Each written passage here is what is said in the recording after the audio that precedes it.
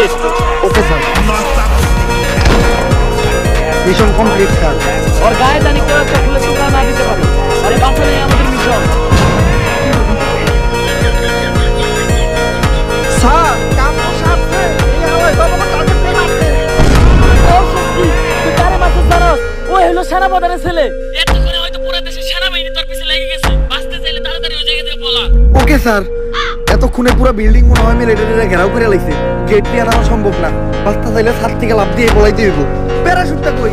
Sir parachute তো একটাই আছে, আর আমরা মানুষ দুইজন। দূর মাউগার বুক, তুই মর। প্যারাশুট নিয়ে আমি গেলাম, নিজে ভাবতে পারবেন না।